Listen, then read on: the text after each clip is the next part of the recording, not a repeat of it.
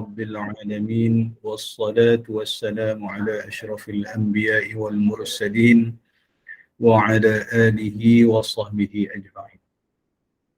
سبحانك لا علم لنا إلا ما علمتنا إنك أنت العليم الحكيم ولا حول ولا قوة إلا بالله العلي العظيم ولا حول ولا قوة إلا بالله العلي العظيم ولا حول ولا قوة إلا بالله العلي العظيم.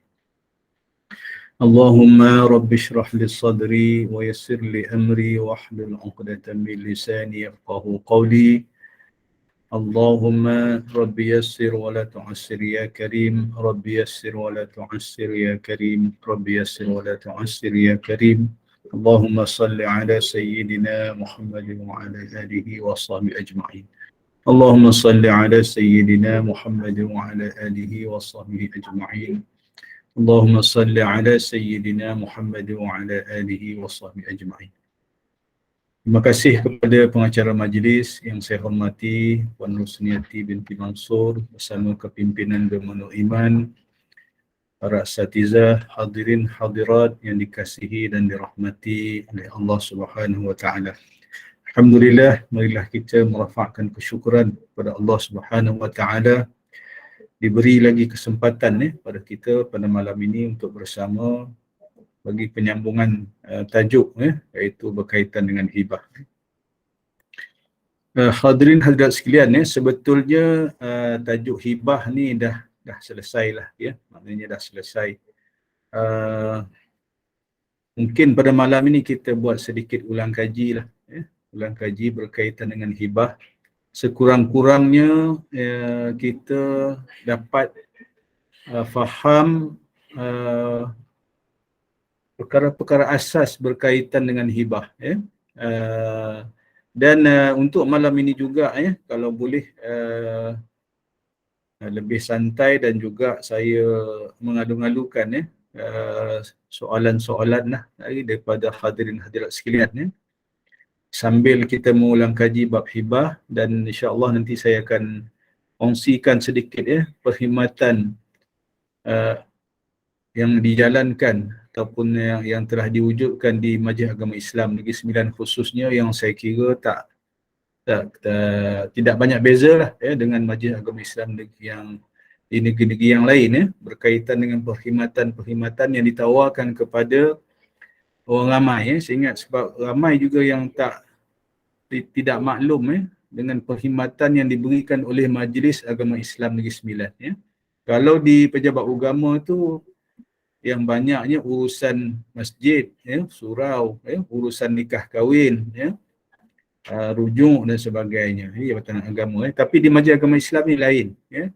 Banyak perkhidmatan yang ditawarkan oleh Majlis Agama Islam Negeri Sembilan ni selain daripada zakat tu dan lain-lain, nanti saya akan kongsikan insya-Allah. Jadi kita ulang kaji balik ya. Berkaitan dengan hibah ya. Bila kita sebut hibah ni, ulang kaji balik semula lah ya. Apa maksud hibah? Hibah ni beri saja maksudnya ya. Perkataan mudahnya saja-saja bagi. Tak ada harapkan apa-apa balasan, itu maksud hibah tu. Tak ada apa-apa balasan ya. Kalau kita nakkan balasan pahala, itu sedekah. Itu lain, sedekah nama dia ya. Kalau kita nak bagi orang tu saja-saja bagi dengan tujuan untuk mengeratkan persahabatan, untuk meraihkan seseorang ya, menghormati seseorang, itu dipanggil hadiah. Itu dia beza ya. Dia dekat-dekat je, hibah, sedekah dan hadiah. Hadiah ni tujuan ni untuk memuliakan, meraihkan hari kelahiran ya, anniversary kan, itu hadiah ya. Sedekah, kita sedekah kepada sama ada orang di sekeliling kita ataupun orang yang lebih susah, anak yatim, fakir miskin ya, itu kita sedekah ya, untuk mengharap pahala daripada Allah Subhanahu wa taala. Hibah ni tak ada ya, bukan sedekah, bukan hadiah, tetapi hibah ni pun boleh dapat pahala ya, dengan tujuan yang baik insya-Allah ya, supaya Kita hibah ni juga ada satu jalan kita nak memastikan harta kita ni jatuh kepada pihak yang sepatutnya, yang sewajarnya kita beri. Contoh, kita nak hibah kepada anak-anak kita kerana kita tak ada waris lelaki. Kita tak ada waris lelaki. Bila tak ada waris lelaki, kalau kita meninggal dunia dibagikan faraid, maka akan jatuh kepada pihak-pihak yang lain lah, ataupun keluarga sebelah sisi, keluarga yang lebih jauh lah, pak saudara, atuk saudara, anak saudara, itu dah jauh sedikit, bukan direct anak cucu kita, itu tujuan dia, ataupun kalau tak ada juga waris yang lain, akan pergi ke Baitul Mal, Jadi tujuan hibah ni kita nak pastikan, maknanya harta kita ni kita nak pastikan jatuh kepada orang-orang yang kita kehendaki, sama ada anak-anak kita ataupun mungkin anak angkat kita, yang dah bela kita, jaga kita, itu, ataupun kita nak hibah kepada anak kita yang kurang upaya,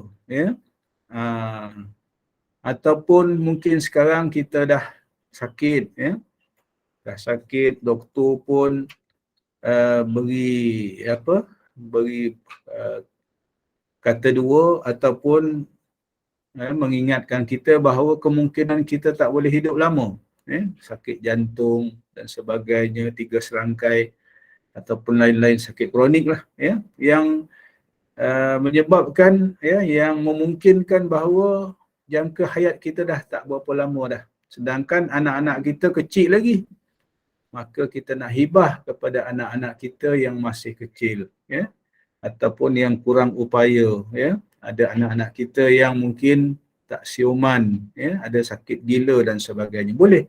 Ini tujuan, antara tujuan-tujuan syarak mengharuskan, membolehkan transaksi hibah ni dilaksanakan, dengan tujuan supaya membela anak cucu kita, waris-waris kita ataupun orang yang dekat dengan kita, supaya terbela nasibnya selepas kita meninggal dunia. Ini antara tujuan hibah. Jadi maknanya hibah ini menjadi salah satu cara, kita merancang berkaitan dengan pindah milik harta, harta-harta yang kita ada sekarang. Ini terpulang kepada kita. Ini kita ulang kaji balik lah, tujuan-tujuan kenapa syarak mengharuskan hibah ini. Jadi itu saya ingat semua orang dah dapat dapat kesimpulan kenapa hukum syarak membenarkan hibah, dan kenapa hibah diharuskan. Ulang kaji balik semula berapa rukun hibah. Ni kalau tak ingat pun tak apa sebenarnya, Yang mustahak kita faham. Kita faham hibah ni berlaku dengan ada 4 perkara, 4 rukun, pada yang baru masuk, betul. Saya mengalu-alukan soalan kita sekarang, kita ulang kaji balik berkaitan dengan hibah ni. Boleh terus tanya je, kalau ni boleh terus tanya ataupun pada ruangan chat lah, Berapa rukun hibah? Hibah ada 4 rukun, Orang yang pertama, orang yang beri hibah lah. Kalau tak ada orangnya, siapa pula nak bagi hibah? Maknanya yang empunya harta, pemilik harta, ini orang yang nak memberi hibah, Itu yang pertama. Yang kedua, bila nak bagi mestilah ada orang yang nak terima, mesti ada penerima hibah. Itu syarat ataupun rukun yang kedua. Yang pertama, pemberi hibah ataupun pemilik harta. Yang kedua, penerima hibah, orang yang nak menerima. Kemudian bila nak bagi mesti ada cara. Apa cara dia? Ada lafaz. Lafaz apa? Ijab dan qabul. Ijab dan qabul. Itu rukun yang keempat. Yang ketiga apa dia? Barang tu sendirilah, harta tu sendiri. Yang pertama tadi orang yang punya harta, yang kedua orang yang nak menerima harta, yang ketiga rukunnya barang ataupun harta yang nak dihibah, dan yang keempat cara kita nak hibah ni ada lafaz ijab dan qabul, ada sirah dia, ya. Ada sirah ijab dan qabul, macam akad nikah juga, ya. Ada ijab dan qabul, ada lafaz ijab, ada lafaz qabul, ada lafaz beri, ada lafaz terima, ya. Contoh dia mudah, ya, sirah dia, ya, abah bagi kamu rumah ni, ya, contoh, ya, kata abah, ya. Anak pun yang terima, ya, saya terima abah, ya. Jadi abah pun bagi kunci rumah, ya. Bagi saja kunci rumah, anak tadi duduk di rumah tu, maknanya itu dah terlaksana dah rukun-rukun hibah. Ya, dengan syarat maknanya harta tadi, harta milik sempurna si ayah, si abah tadi ni, ya. Jadi ulang-ulang kaji balik, ya. Tadi 4 rukun hibah tadi, kita pergi satu-satu balik, ya. Supaya lebih mantap pemahaman kita, mudah kita ingatlah, ya. Yang pertama pemberi hibah tadi, pemilik harta, apa syarat dia? Dia ada pula syarat-syarat yang kita dah bahas dulu, ya. Yang pertama syarat dia berkeahlian. Keahlian apa? Ahliyatut tasarruf, saya sebut dulu, ya. Saya bahas dulu. Maknanya ada keahlian untuk melakukan transaksi. Siapa yang bukan berkeahlian ni, yang tak ada keahlian untuk melakukan transaksi dalam hukum syarak?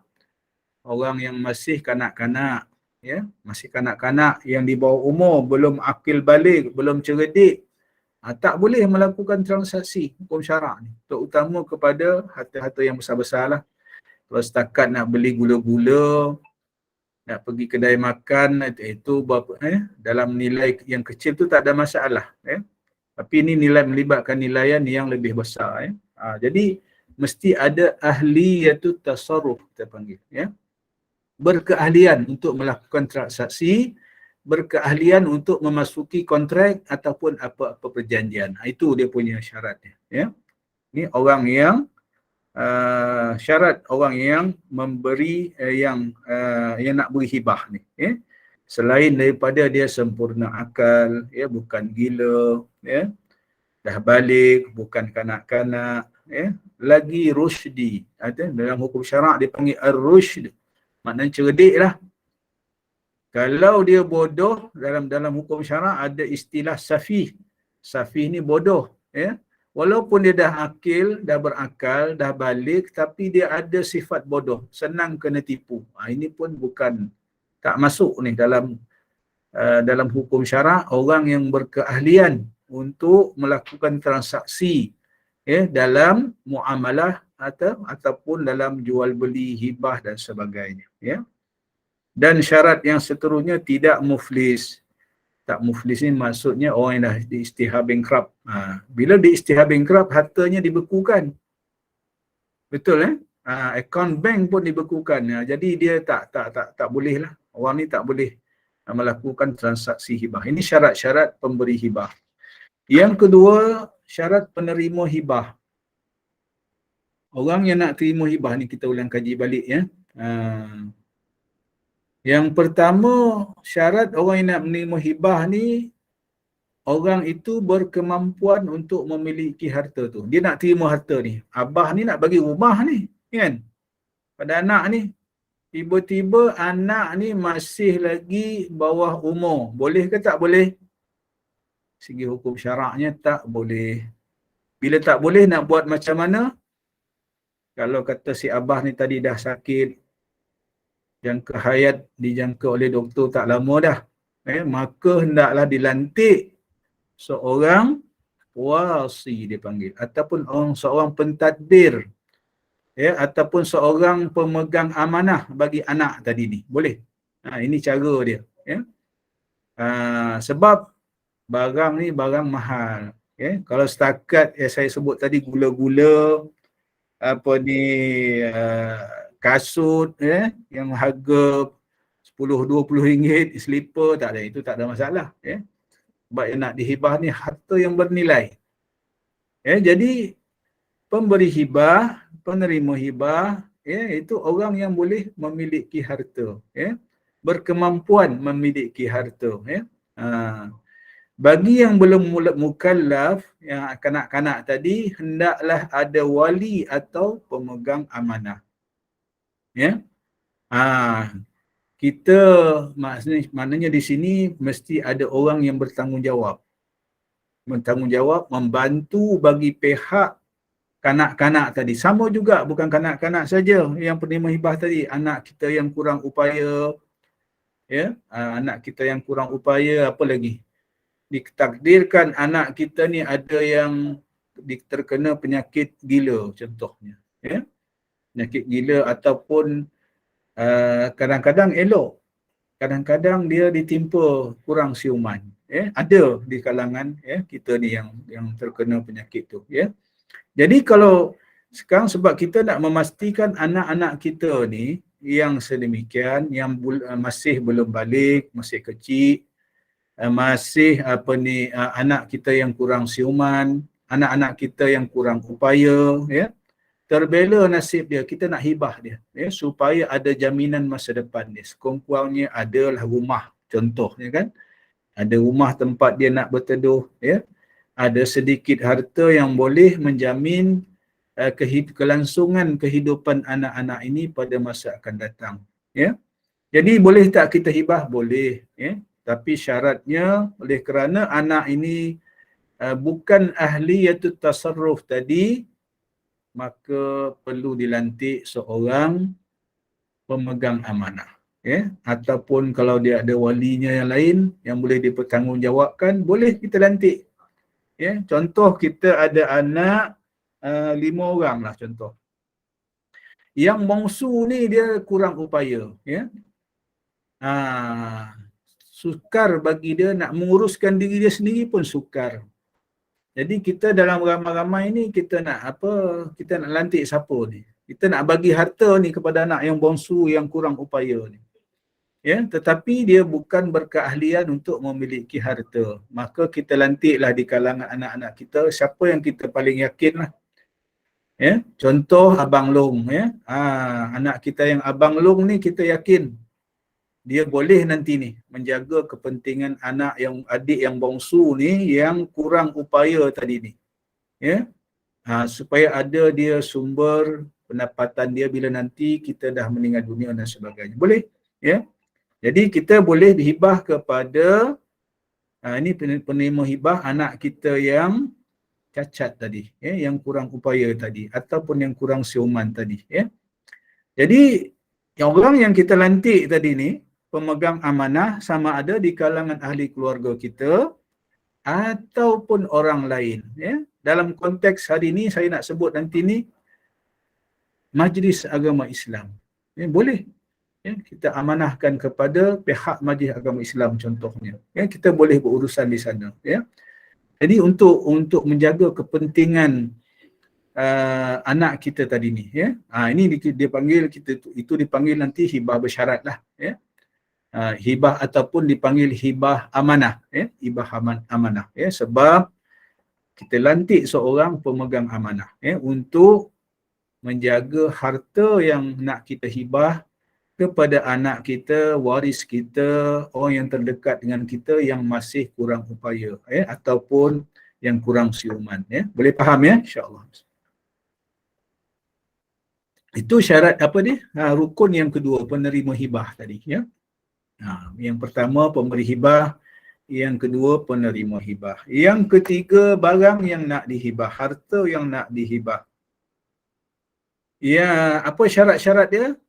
Boleh ingat balik tak, ya, yang saya bahas dulu, ya. Harta yang kita nak hibah ni yang pertama harta yang halal.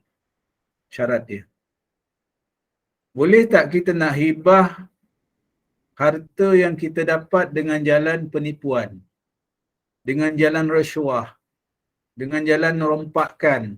Tak boleh jawabnya, ya, sebab harta tak halal, ya. Ini kita kena ni lah, ya. Kemudian harta yang kita nak hibah ni mestilah sejenis barang atau harta yang mempunyai nilai di sisi syarak. Nilai di sisi syarak. Ada nilai lah di sisi hukum syaraknya. Ya. Arak ada nilai tak di sisi hukum syarak? Tak ada. Sebab apa? Arak najis. Kita ada bela ayam, ya, 5,000 ekor. Ya. Tahi ayam tu di bawah reban 5,000 ekor ayam tadi ni menggunung. Boleh tak kita hibah? Boleh tak kita jual? Di sisi syarak tak boleh. Sebab najis tak boleh dijual beli. Okay. Yang boleh kita buat apa? Kita upah orang masuk dalam karung. Ingat lagi ya? Mungkin ingat lagi lah yang saya cerita dulu. Ya. Itu boleh. Ya. Jadi nilai halal, ada nilai di sisi syarak. Dan yang ketiga, barang ataupun harta yang kita nak hibah itu adalah milik kita, milik pemberi hibah, bukan milik orang. Ataupun milik separuh-separuh. Ya. Tanah kita ada 2 nama. Nama kita dengan nama adik kita, contohnya 2 beradik, ya, satu tanah. Boleh tak kita hibah tanah tu? Tak boleh, sebab sebahagian daripada tanah tu adalah milik abang kita, milik kakak kita, contoh, ya. Itu tak, itu mestilah milik sempurna kita. Apa lagi contoh milik tak sempurna? Rumah kita, tanah kita, kereta kita yang masih lagi dalam hutang bank. Itu bukan milik kita, bukan milik sempurna. Milkut tam, bukan. Masih lagi milik yang tidak sempurna, bukan milik mutlak kita maksudnya, ya, tak boleh hibah, ya. Okey, ada soalan ya. Saya pergi kepada chat dulu ya. Satu keluar sekejap ya, saya baca yang soalan dalam chat ni. Assalamualaikum Ustaz, satu keluarga ini telah mengambil 2 orang anak angkat, seorang lelaki, seorang perempuan. Yang lelaki anak saudara kepada isterinya, yang perempuan anak non-Muslim. Kedua-dua orang anak angkatnya berbin dan bentikan kepada ayah angkatnya. Sekarang ibu dan ayah angkatnya sudah meninggal. Anak angkat yang perempuan sudah meninggal. Adakah anak angkat lelaki layak menerima semua harta ayah angkatnya? Sedangkan ayah angkatnya seorang pendatang yang tidak diketahui saudara maranya. Ya, ni. Ini soalan, terima kasih kepada Puan Maimun yang mengutarakan soalan. Ni anak angkat, ambil 2 orang anak angkat, bin dan bintikan. Walaupun bin dan bintikan kepada si Fulan ini, dia masih anak angkat. Bila anak angkat meninggal ayah angkat ni, dia tak boleh mewarisi. Sebab tidak ada hubungan nasab. Bukan anak kandung. Ya, tak ada hubungan nasab, maka bila tak sabit nasab, tak boleh terima harta pusaka. Cuma nak dipastikan sama ada semasa ayah angkat ni hidup, dia ada wasiat ke tidak. Itu yang pertama nak cek dulu, ya, Puan Maimun, ya, dan hadirin hadirat sekalian. Jadi bila si Fulan ni ambil anak angkat, yang pertama dia ada wasiat ke tidak. Sebab anak tadi ni, anak angkat tak layak terima pusaka. Yang dia boleh terima kalau ada wasiat. Itu yang pertama lah. Wasiat ini pula tertakluk kepada 1/3 sahaja daripada keseluruhan harta si mati, si ayah angkat tadi. Ya, boleh faham ya? Itu jika ada. Kalau tak ada, nak buat macam mana? Yang kedua, hibah tadilah. Ada ke tidak semasa hidupnya arwah bapa angkat tadi ni hibahkan mana-mana harta dia kepada anak angkat tadi, ya. Yang hidup sekarang ni anak angkat lelaki kan. Soalan ni tadi, boleh ke anak angkat ni ambil semua harta arwah? Tak boleh. Jawabnya tak boleh. Caranya tadi yang pertama, wasiat kalau ada. Kalau tak ada, tak ada rezeki lah. Yang kedua, kalau ada hibah. Hibah ini pula mesti disahkan oleh mahkamah, okay? Sebab takut timbul pertikaian. Kalau ada lah. Contoh, masa arwah ni hidup, arwah ni ada beri, dia kata kepada anak ni, di hadapan mungkin ada saksi-saksi dan sebagainya. Kalau ada dokumennya lagi baguslah, Kalau tak ada dokumen, sekurang-kurangnya dia ada menyebut di hadapan 2 orang saksi. Dalam perkara yang berkaitan dengan harta ni, hukum syarak menetapkan mesti ada 2 orang saksi. Dalam bab harta ni. Atau kalau tak ada 2 orang saksi lelaki, 1 orang saksi lelaki dan 2 orang saksi perempuan. Ini yang diguna pakai di mahkamah syariah untuk mengesahkan kes-kes yang berkaitan dengan harta, hibah ke, wasiat ke, ini sama. Jadi maknanya tadi kalau arwah bapa angkat ni tadi tak ada wasiat dan kita cek ada ke tidak hibah berlaku. Kalau ayah angkat ni tadi kata masa hidupnya dia dah hibah sekeping tanah lah contoh, ataupun apa-apa harta yang lain, kereta ke, ataupun duit ke dan sebagainya kepada anak angkat, itu bolehlah. Jadi persoalan Puan Maimun tadi maknanya kalau maknanya ini jika ada lah wasiat daripada arwah bapa angkat ni dia layak setakat 1/3. Jika ada hibah disahkan oleh mahkamah dia layak. Itu jawapannya. Nak ambil semua harta ayah angkat tak dapat. Tak dapat. Itu yang boleh saya jawab lah. Ada soalan lain ya. Peneroka Felda Ustaz, ibu bapa angkatnya apa ni? Puan Maimun ni sebut peneroka Felda. Oh, ibu bapa angkat ni peneroka Felda. Sama je maksudnya, Hukum sama saja, Puan Maimun, jadi maknanya sebab dia anak angkat tak layak terima pusaka kecuali ada wasiat yang dibuat oleh arwah untuk dia. Ada hibah yang disahkan dan diperintah disahkan oleh mahkamah syariah. Boleh. Itu saja jalan yang ada, yang setakat saya tahulah. Wallahu a'lam. Assalamualaikum Ustaz. Assalamualaikum Mak Jah. Yang tanya, gini Ustaz. Katalah saya dah bagi ke anak-anak saya. Lalui apalah yang betul punya ni, buat surat ni. Apa panggil ni Ustaz? Surat ikatan hibah ni. Okey. Lepas tu perlu ke juga saya, tapi saya masih hidup lagi, perlu ke akad juga apa yang saya nak bagi? Bagi rumah ke, bagi tanah ke, kena akad ke dengan anak tu? Dia akad ni boleh jadi 2 Puan Hajah, Biasanya bila yang kita dah buat suratan akad hibah tu, biasanya kalau di hadapan peguam kita kena baca balik.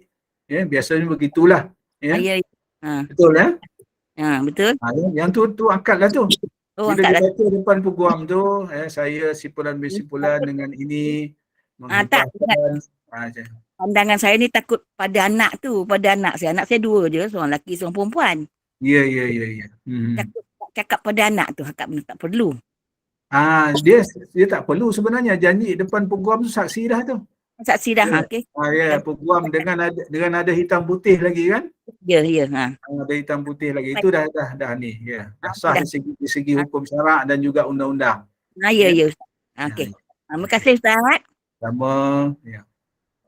Ada soalan lain lagi ke? Ada Ustaz. Assalamualaikum Ustaz. Assalamualaikum warahmatullahi wabarakatuh. Pasal ribah ni, dia dah bagi tahu dia nak bagi kat anak dia. Anak dia ada 2 orang, tapi dua-dua masih bersekolah lagi.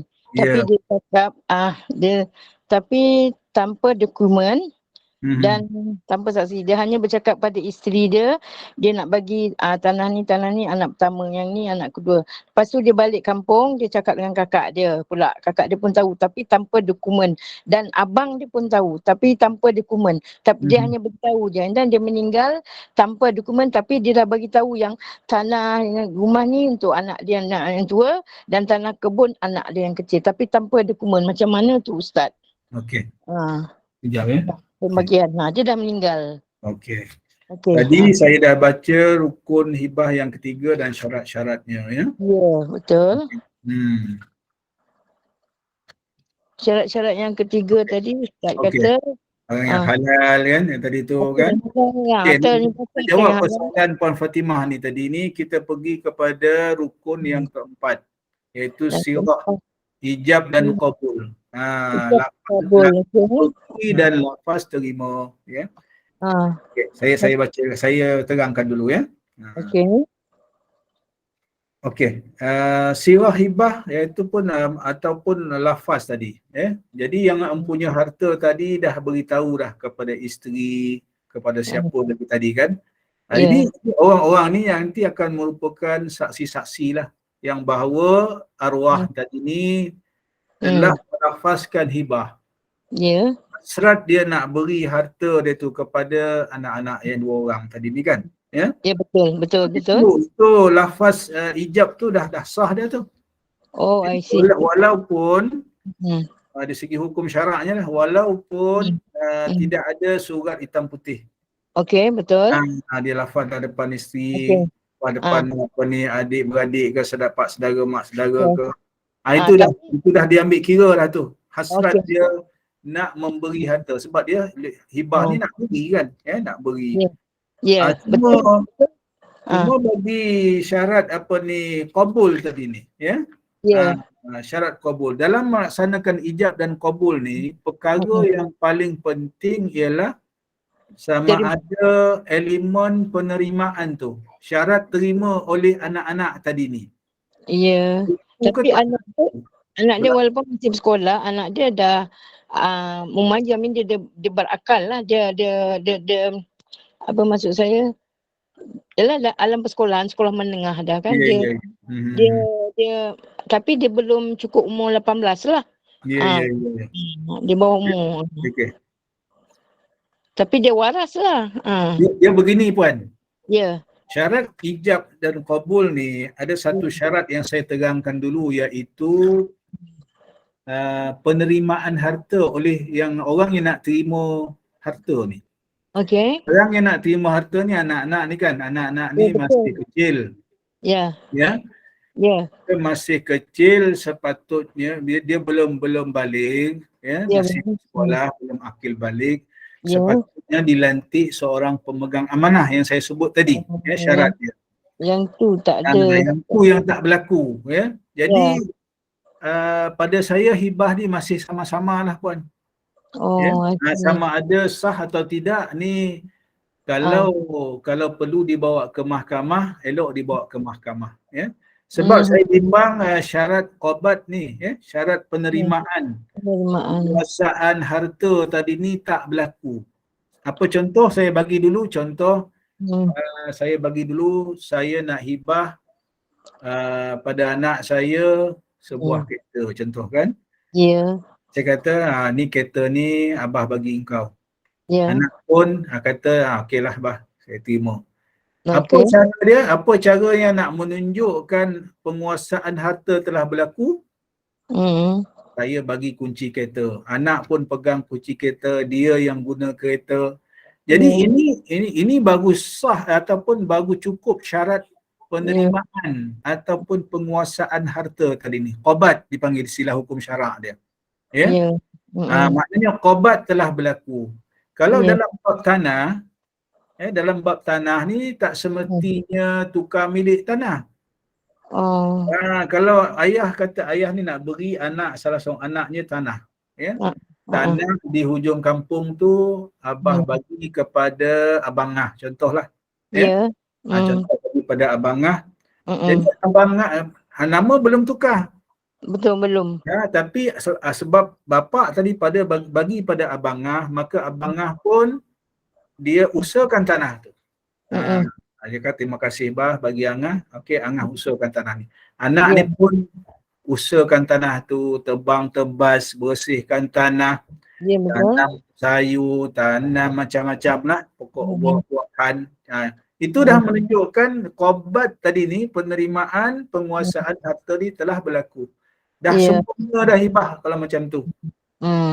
Cuma dalam kes yang Puan Fatimah sebut tadi ni, qabat ni pada saya, qabat ni belum berlaku lagi. Dan syarat lagi pun, syarat penerimaan tadi tu, orang yang menerima hibah tadi dia belum akil baligh. Belum. So dia untuk memiliki harta tu, ahliyat tasarruf tadi belum berlaku lagi. ya. Belum sempurna lagi, ya, belum sempurna sebab dia tidak layak memiliki harta sebab belum akil balik. Ini sebab harta bernilai, ya. Ya betul, ya betul. Harta yang bernilai dan apa ni, kecuali dilantik seorang pemegang amanah bagi pihak anak-anak tadi. Ini boleh. Tak ada. Dia hanya cakap pada kat diri dia je. Sebab tu ini tujuan kita belajar bab hibah ni, supaya kita faham. Tak faham, tak Kalau kita nak hibah kepada anak-anak kita yang belum akil balik, saya sebut tadi, anak kita yang kurang upaya, anak kita ataupun keturunan kita, keluarga terdekat kita yang kurang siuman, maka wajib kita lantik seorang pemegang amanah. Sama ada pemegang amanah ni terdiri daripada ahli keluarga kita ataupun orang yang kita percayai, seorang peguam contohnya. Ataupun orang yang bertanggungjawab di majlis agama Islam contohnya, ya. Sebab majlis agama Islam hari ni dah menawarkan dah produk hibah ni. Mereka dah menawarkan, ya. Macam isteri dia tu Ustaz tak boleh jadi pemegang amanah ke? Siapa? Isteri arwah. Boleh, kalau kita percaya boleh. Dengan syarat dia ni lah, maknanya ada lantik, dia pun nak lantik pemegang amanah ni sebaik-baiknya ada dokumennya lah. Dokumen masalah tak ada dokumen. Supaya tidak ada dakwa-dakwi nanti. Ya, betul. Jadi Ustaz, tanah tu sekarang masih belum dibagikan pada anak-anak dia lagi. Macam mana tanah, harta arwah tu masih belum dibagi-bagi lagi. Ya beginilah Puan, yang paling mudah sekali kita ni berunding. Yang paling mudah berunding anak beranak. Dan hasrat arwah tadi ni memang nak bagi pada anak, kan? Jadi kalau tak ada pertikaian, semua bersetuju, tak ada masalah. Tapi kalau ada pertikaian, tak ada masalah. Boleh dibuat. Ya, diapakan maknanya, contoh, ya, sekarang ni persetujuan bersama ni disahkan oleh pihak berkuasa. Pihak kata di pejabat tanah lah katakan. Tapi tu kita, bila bicara pusaka ni di pejabat pusaka kecil, di pejabat pusaka kecil biasanya di pejabat tanah lah, ya. Kita beritahu pada ni, ya, kepada ni arwah ni ada meninggalkan harta sekian. Arwah ni ada hasrat nak beri harta ni kepada anak nombor 1, anak nombor 2 begini, ya. Dan ni kami semua yang datang ni semua waris ni. Kata tak ada tinggal seorang pun. Kita beritahu kepada pegawai pusaka ni dan kami bersetuju, tak ada dakwa-dakwi ni. Untuk menunaikan hasrat arwah tadi nak bagi kepada anak 2 orang ni. Boleh tu. Maknanya ada persetujuan bersama di kalangan waris. Ini boleh, tak ada masalah. Ya? Yang masalahnya Puan, kalau ada pertikaian. Itulah masalah saya sekarang. Bila ada pertikaian, ini kena bawa mahkamah lah, tak selesai Betul. Sebab dia kata yang minta lagi tu dia kata, yang waris lain tu dia cakap walaupun arwah dah cakap macam tu, tak ada dokumen dia cakap. Tak ada dokumen dia kata. Itu silap saya. Dia kata mana dokumen dia kata. Mana dokumen dia cakap. Mungkin arwah perasan, ya. Saya jadi saksi, kakak dia jadi saksi dan abang dia jadi saksi. Dia tak nak. Dia nak juga hak dia. Dia kata.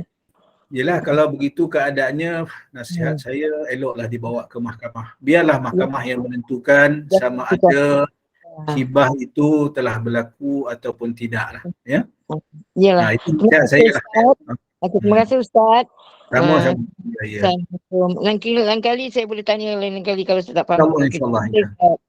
Saya pergi kepada soalan lain, ya. Assalamualaikum Ustaz, bapa saya dah meninggal, mak kahwin lain dapat anak. Kira adik-beradik saya juga ke? Ya, adik-beradik lah tu. Ya. Bapa dah meninggal, mak kahwin lain. Mana adik-beradik seibu, ya. Adik-beradik seibu lah, ya. Ini soalan daripada Puan Nurmala, ya. Ada soalan lain ke ni Puan Nurmala? Kalau ada lanjutan macam ada nak tanya benda lain ni, ya. Cuma adik-beradik tadi ni bapa meninggal, bapa meninggal, mak kahwin lain, dapat okey. Ada soalan lain? Sila. Assalamualaikum Ustaz. Assalamualaikum warahmatullahi. Ya. Apa ni, kita anak-anak ada belaka, mak bapak tak meninggal, contoh saya lah. Ya, ya, ya. Ya, tuan. Hebah ke anak, jadi benda tak sama dan nilai. Ada saya bagi 2 ekar, ada saya bagi 4 ekar, dia redha belaka adik-beradik dia. Ada yang dapat 4 ekar, ada yang dapat 5 ekar, ada orang tak dapat lagi. Dan saya pun tukar nama pun ada dah tiga, saya ada 5 anak, 3 saya tukar nama, 2 belum lagi. Belum lagi. Adakah hebat? Belum lagi. Belum Adakah lagi tu hebat? akan ditukar nama juga ke atau macam mana tuan? Tukar nama di geran dah. Ya, ya, ya. Tukar nama di geran, tapi nilai tak sama nilainya. Okey. Tapi ada kesah tu, hebah tu sebab tukar nama, nilai tak sama. Ada orang macam kita bagi 4 ekar, ada bagi 6 ekar, ada bagi 2 ekar. 2 ekar pun nilai tak sama. Contoh sebab dia tepi jalan 2 ekar, kita bagi. Yang ke dalam kita bagi 2 ekar. Contohnya. Adakah hebah besar? Terima kasih. Tak lafaz lagi. Tak lafaz apa ni? Akak. Kita tak akak lah. Kita bagi gitu ke anak-anak. Okey. Anak faham semua lah. Tuan, siapa nama tuan? Haji Rahim, Abdul Rahim. Haji Abdul Rahim. Sebab nama dekat sini ni Rosmah. Ya. Okey, tak apa. Bukan Rosmah satu lagi, bukan. Okey, terima kasih Tuan Haji Rahim ya yang bertanya ya berkaitan dengan hibah tanah ya. Dah tukar nama, anak ada 5 orang dah tukar tanah 3 tempat kepada 3 orang anak, 2 orang belum tukar lagi nama.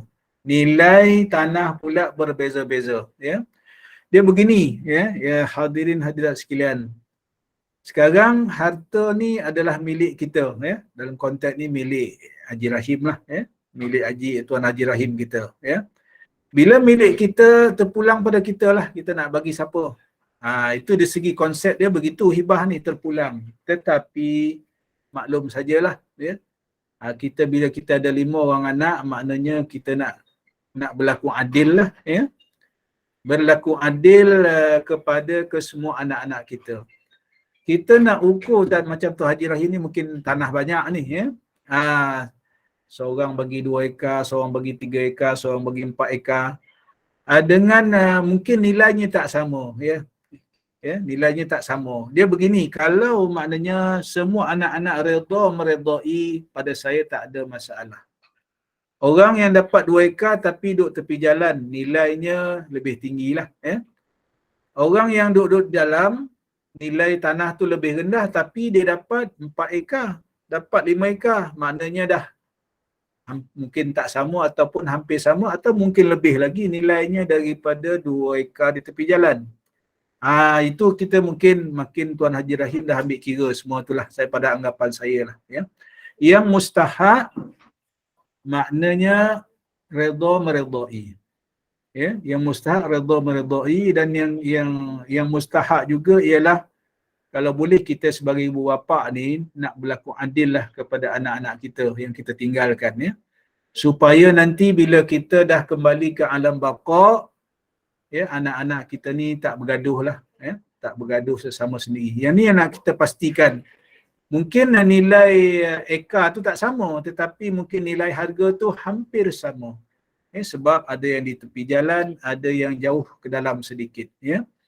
Yang mustahak kalau boleh maknanya anak-anak ni redha meredailah ya, berlapang dada ya. Sebab pada saya ini pun nak kita kena fahamkan dengan anak-anak ni. Ibu bapa ni dulu mencari harta bersusah payah ya. Bukan senang. Dulu ni macam arwah bapa saya lah, tebang hutan ni nak buka tanah ya. Buka hutan ya, nak buat tanah kebun getah ya. Kita anak-anak ni terima tanah ni 2 ekar seorang contohnya dengan tanpa susah payah lah maksudnya kan. Kita terima harta daripada orang tua kita ni dengan jerih payah dia orang dulu mencari harta. Kita anak ni kalau boleh janganlah berkira sangat kan. Abang Long untunglah kita dapat tanah tepi jalan, tapi Abang Long dapat 2 ekar je abang cik dapat di jauh ke dalam tapi dapat 5 ekar. Lebih lagi. Dia dapat 5 ekar lebih luas tanahnya. Jadi pada saya lah, pada saya yang mustahak ni dirundingkan dengan sebaiknya supaya redha meredai, supaya tak ada ungkit-mengungkit lah di kemudian hari. Dan satu lagi saya sebut tadi, kita sebagai ibu bapa ni kalau boleh kita berlaku adil lah, yang seadil-adil yang boleh. Adil ni bukannya sama banyak, kadang orang salah faham juga. Adil ni nak sama, patutnya tak sama banyak. Adil ni maksudnya saksama, meletakkan sesuatu pada tempatnya, tu adil lah.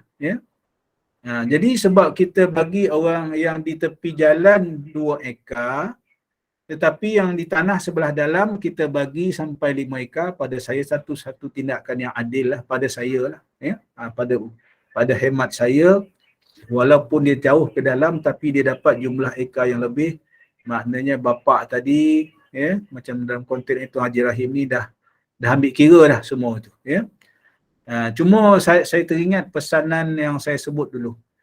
Guru saya, Profesor Dr. Ismail Abu Hassan, pensyarah kanan di UIA sana, dia pesan dalam kita melaksanakan hibah ini jangan sampai waris-waris kita bercakaran antara satu sama lain. Sebab mungkin kita sayang seorang anak ni lebih, kita bagi lebih. Itu tak patutlah. Kita sayang seseorang tu lebih, maka kita lebihkan dia melebihi orang lain sehingga anak-anak lain yang cemburu tak tahu pasal. Ini kalau boleh kita elakkan. Ini pesanan guru saya lah. Profesor Dr. Ismail Abu Hassan. Saya ingat dah panjang lebar lah kot saya hurai itu. Saya harap kita boleh ambil ni lah kot. Ambil pedoman, insya-Allah. Sama saya pun sama juga ni, saya pun bimbang juga. Walaupun harta tak banyak, bimbang juga. So bimbang nanti waris-waris kita bercakaran pula berebut harta yang tak seberapa.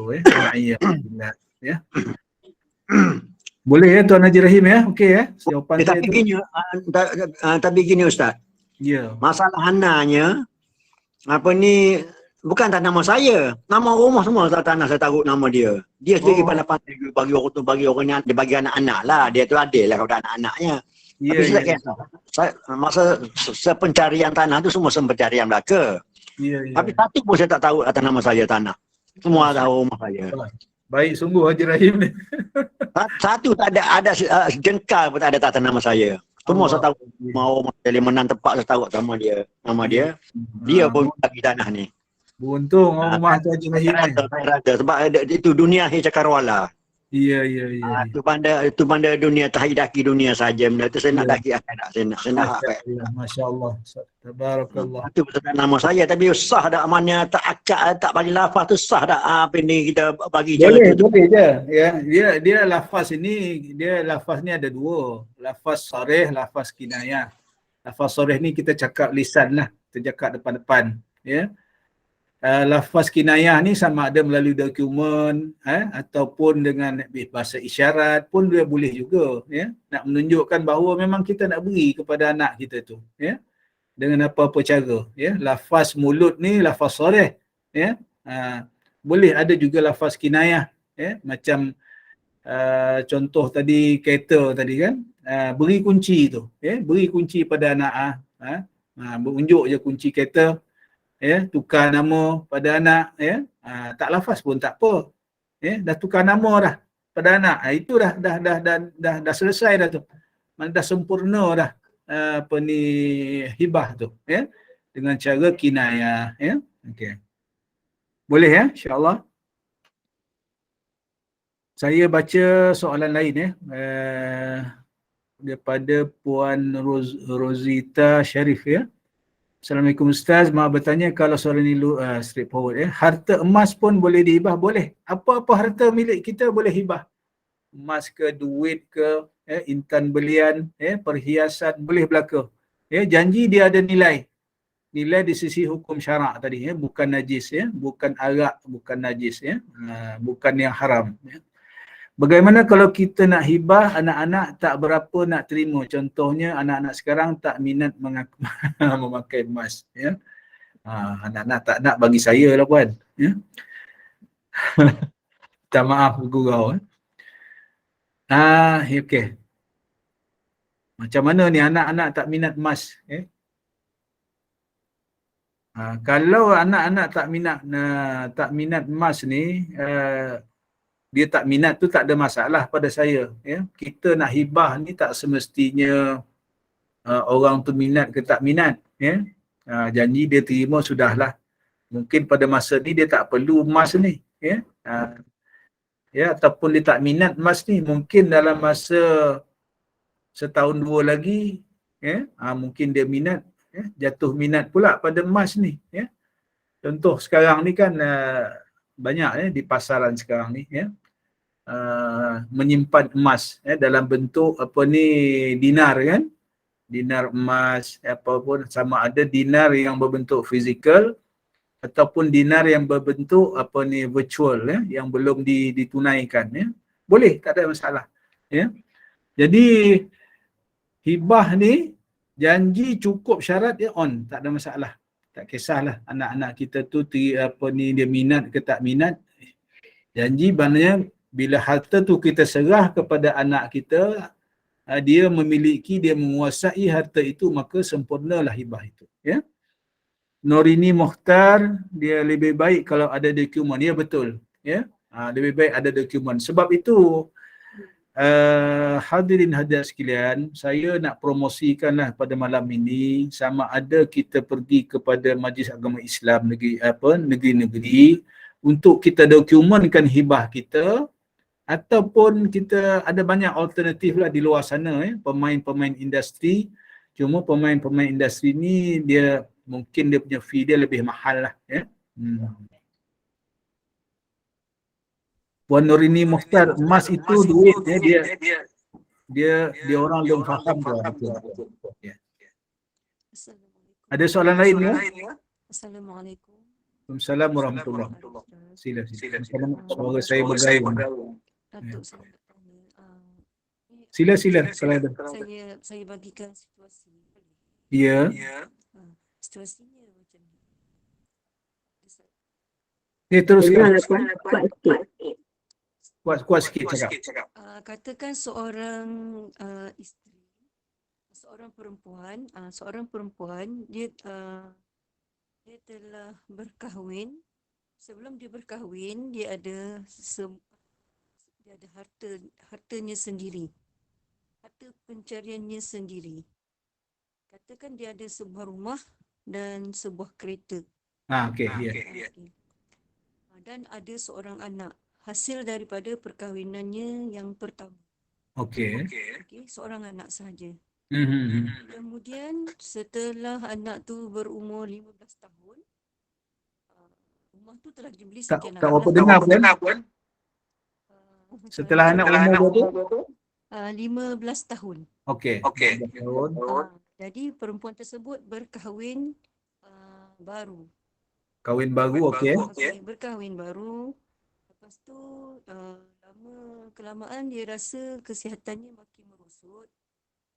Jadi dia bercadang, pada asalnya dia bercadang nak menghibahkan harta lah, harta pencarian dia dan sepencarian dia bersama suami baru tu pada sebahagian pada anak dan sebahagian pada suami lah.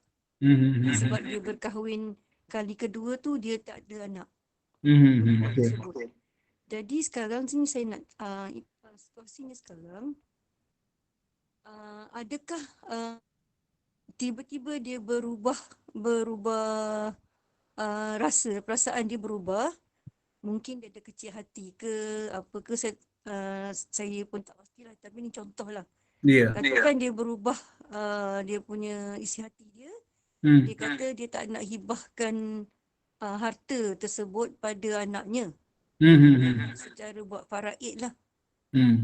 Biarlah suami dia buat faraid, suami yang kedua. Saya nak tanya Ustaz soalan pertama. Ya. Yang pertama saya nak tanya, harta sebelum berkahwin dengan suami baru, katakan suami pertama tu dah meninggal, dia pun tak ada anak lain lah, anak dia Ya, satu ya. je. Betul. Jadi harta yang rumah tu dan kereta tu sebenarnya milik siapa? Perlu tak dia buat faraid? Ataupun serahkan saja, maknanya terus berhak kepada anaknya? Satu soalan. Yang tu Okey. satu lelaki. Hmm. Yang kedua, kiranya anak tersebut pun telah berusia lebih 30 tahun. Masih tinggal bersama dengannya dan masih kata belum berkejaya. Masih tinggal dengan mak sebab mak kurang sihat kan dulu bersama. Okey. Mak. Jadinya anak ni pun tak ada keinginan untuk berusaha sendiri. Jadi masih bergantung kepada ibunya. Ya, ya. Ini adalah hasil pendapatan daripada wang persaraannya lah. Ya. Jadi macam mana? Bagi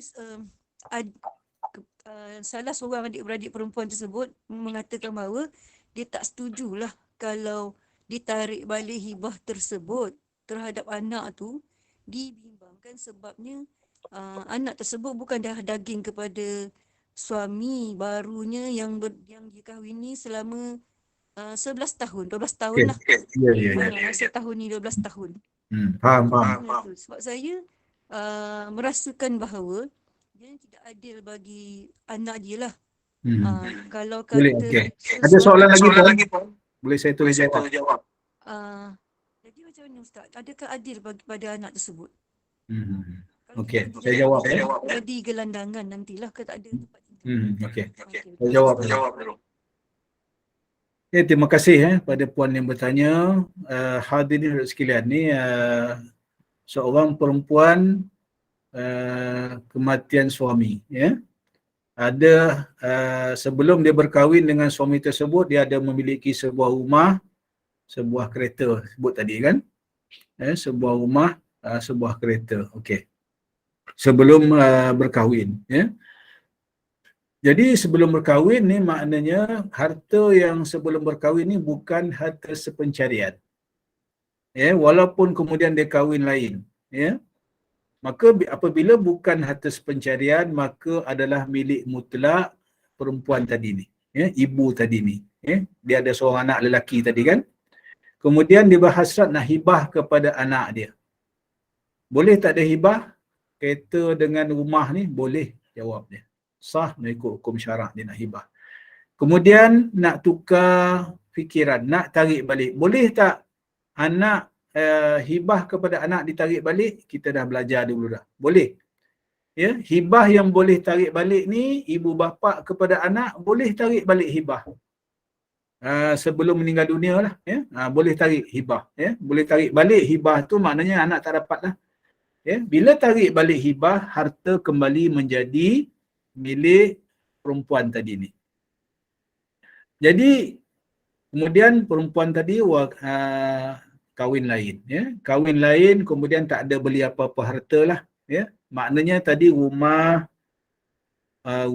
kereta tadi yang dibeli sebelum berkahwin ni kekal milik mutlak ibu tadi, perempuan tadi ni. Jika berlaku kematian, maka siapa yang mempunyai, ya, harta ni, kepada siapa boleh difaraidkan, ya. Nah, ni harta si ibu tadi, si isteri tadi, ya. Maka bila dia kahwin baru, harta tadi ni kalau tak ditarik balik hibah tadi, dia akan jadi harta pusaka. Bila harta pusaka, sekarang dah ada suami baru. Suami baru berhak tak kepada harta pusaka? Suami baru berhak. Berhak setakat mana?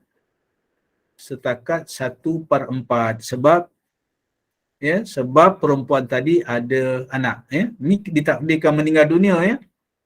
Perempuan tadi ada harta apa tadi? Rumah dengan kereta. Jadi nilai rumah dengan kereta tadi ni menjadi pusaka. Ya, suami baru dapat tak? Pusaka dapat dengan nilai 1/4. Kalau perempuan tadi tak ada anak, dia dapat 1/2 daripada harta isteri tadi ni. Ya, walaupun dia baru nikah kan, ya. Jadi sebab ada anak tadi ni, maka suami baru akan dapat 1/4. 3/4 lagi pergi kepada siapa? Pergi balik kepada anak tadi. Itu dari segi hukum faraid. Saya ingat jelas ya jawapan saya? Jelas. Ya. Tapi bagaimana Jelas ya? Alhamdulillah. kalau macam mana kalau Ya? Tak apa dengar apa? Macam mana kalau kata ibu tu mungkin dia berkecil hati Ya? dengan anak dia, dia berkecil hati dengan anak dia. Jadi dia cuba, dia serahkan segala-galanya pada suami dia. Sedangkan kita dapat rasa bahawa suami dia mungkin tidak berlaku adil. Itulah dia hukum faraid tadi lah yang kita pakai. Walaupun isteri bergaung suara saya. Ustaz, kalau macam mana kalau isteri tu meninggal, dia ada wang, maknanya wang bersara secara bulanan. Iaitu Wang apa? Wang persaraan, wang pencen. Wang pencen akan dapat pada suami baru lah. Maknanya sepenuhnya pada suami baru lah. Kalau anak tadi belum sampai umur 21 tahun, sebab saya dapat pencen dia tak dapat lah, dapat pada suami baru. Itu apa bagian pencen kalau dia pegawai kerajaan. Dia biasanya balu pada si mati akan menikmati pencen terbitan dia. Ya, bersama dengan anak-anak yang belum dewasa. Belum dewasa tak umur 21 rasa. Boleh puan ya? Boleh, faham. Okey, faham. Terima kasih. Yang lain tu akan hukum faraid lah. Ya. InsyaAllah. Terima kasih. Alhamdulillah ya. Kalau tak ada soalan lagi ya.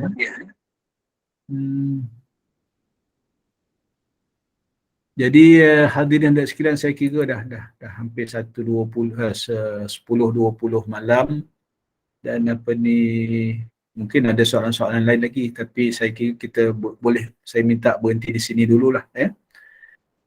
Terima kasih atas perhatian ya hadirin dan sekalian.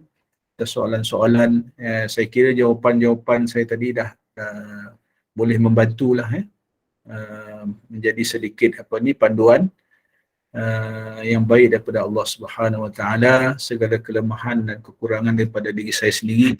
Saya nak baca je sedikit ya produk-produk yang ditawarkan sebelum saya berhenti lah oleh Majlis Agama Islam Negeri Sembilan ya. Untuk makluman hadirin dan sekalian, saya kira hampir sama ni di negeri-negeri lain ya, Majlis Agama Islam negeri lain.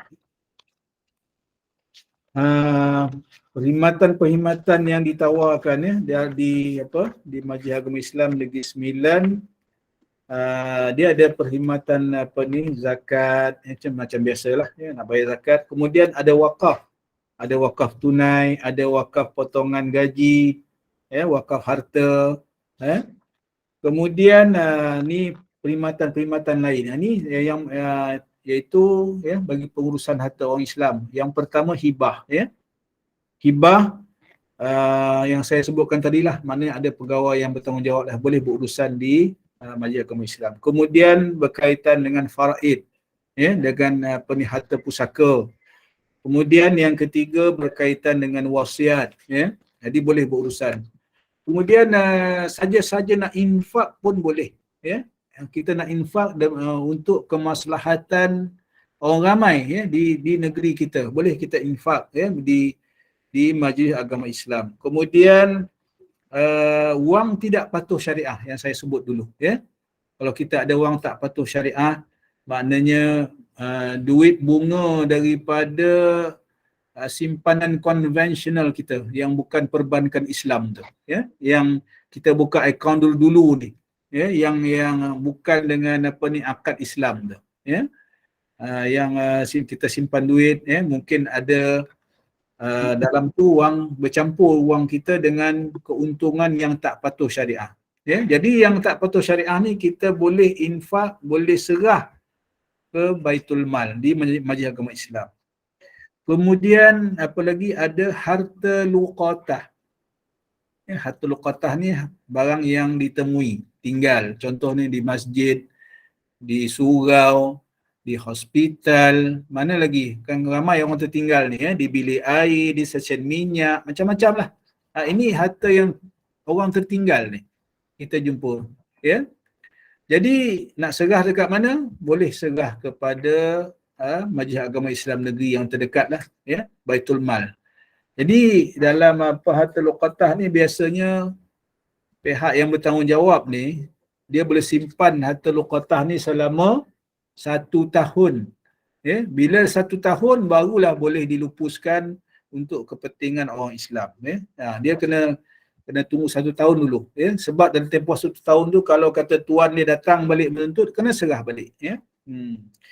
Kemudian apa lagi? Fidyah kafarah. Boleh bayar fidyah. Kita dah tinggal puasa.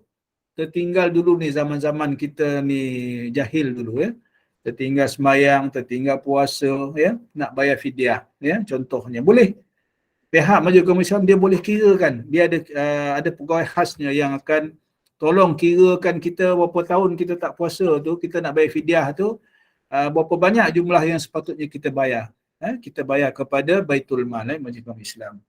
Ya, ini antara produk-produk yang ditawarkan, ya, yang yang ada di Majlis Agama Islam, ya. Jadi hadirin sekalian, saya mohon berhenti di situ. Saya kira topik hibah ni kira kita tamatkanlah, ya.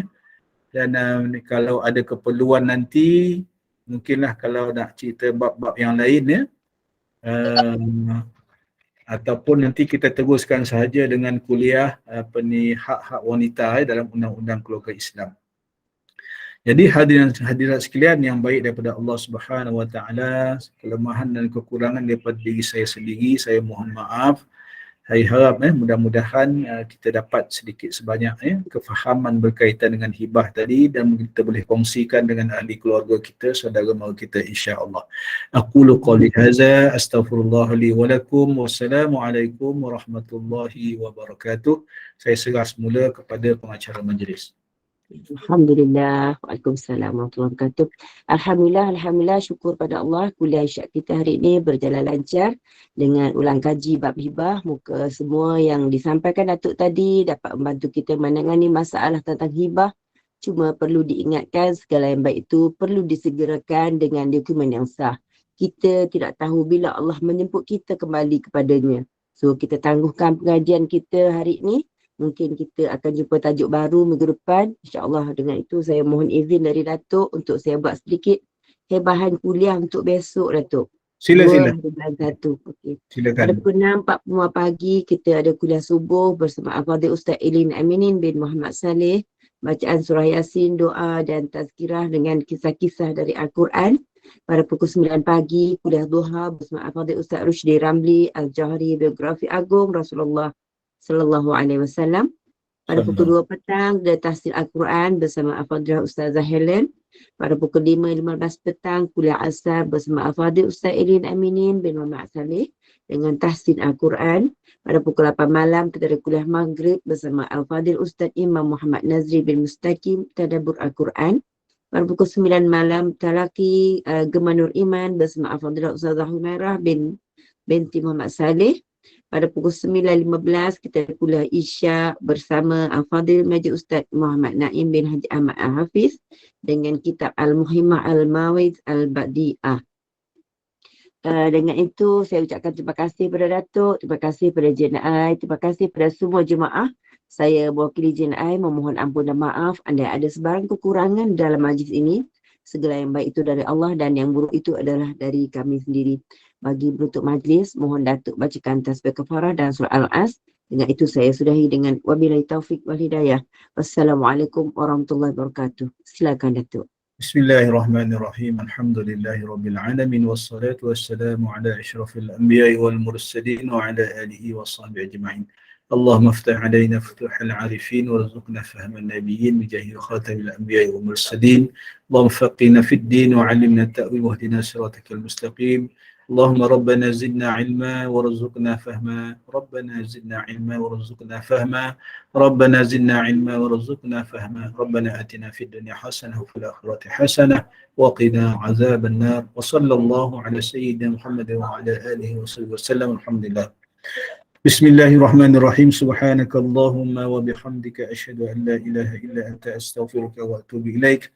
Bismillahirrahmanirrahim. Wal 'asri innal insana lafi khusrin illa alladhina amanu wa 'amilus shalihat wa tawassaw bil haqq wa tawassaw bis sabr. Sekian. Assalamualaikum warahmatullahi wabarakatuh. Terima kasih Terima semua. kasih Ustaz. Assalamualaikum. Terima kasih semua.